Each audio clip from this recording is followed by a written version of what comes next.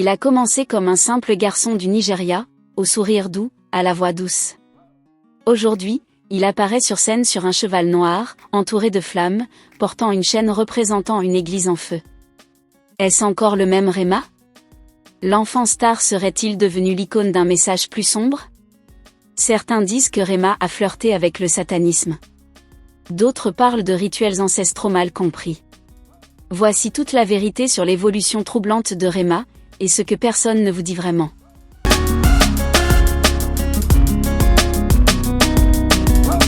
Rema, de son vrai nom Divini Kubor, est né en 2000 au Nigeria.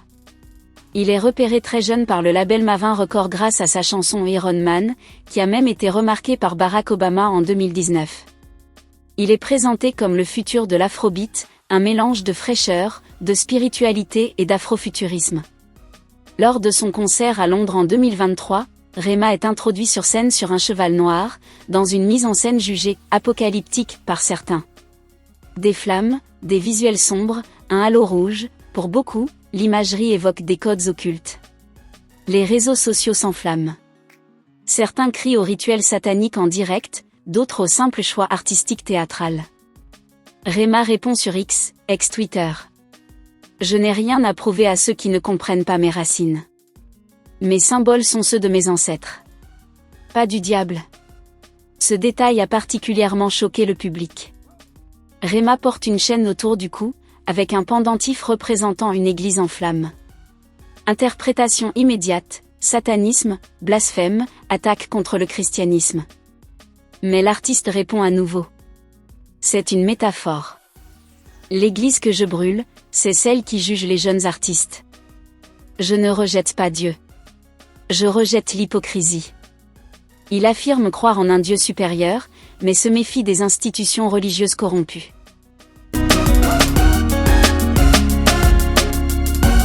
Depuis ses débuts, le visage de Rema s'est profondément transformé. Il arbore maintenant de nombreux tatouages mystérieux. Son visage est percé de plusieurs anneaux, nez, arcades, lèvres.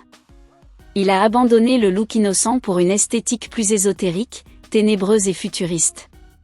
Beaucoup y voient un glissement vers un style luciférien à la Travis Scott ou Playboi Carti. Mais Rema insiste, mon apparence reflète mon art vient de l'invisible. Certains analystes affirment que Rema reprend les codes des spiritualités africaines anciennes, mélangées à des symboles modernes pour créer une confusion volontaire.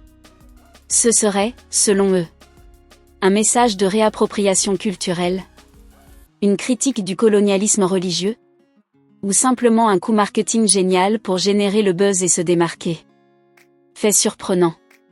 Rema prie avant chaque concert, malgré son esthétique sombre. Il s'est tatoué des symboles qu'il refuse d'expliquer publiquement. Il a dit dans une interview, « Je suis protégé.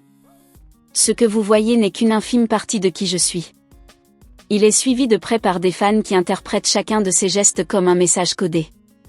Certains disent que son clip « Calm Down » est truffé de signes ésotériques cachés. Alors, Rema est-il simplement un artiste incompris? Ou cherche-t-il délibérément à provoquer, à créer la polémique, à secouer les codes? Est-il connecté à une autre énergie, ou juste un jeune génie du buzz? Quoi qu'il en soit, Rema divise, intrigue, fascine. Et c'est peut-être ça, le secret de son ascension mondiale. Dites-moi en commentaire ce que vous pensez vraiment, message spirituel ou marketing choquant. Et surtout, abonnez-vous à Rubens Maker pour découvrir ce que les artistes ne disent pas, mais montrent.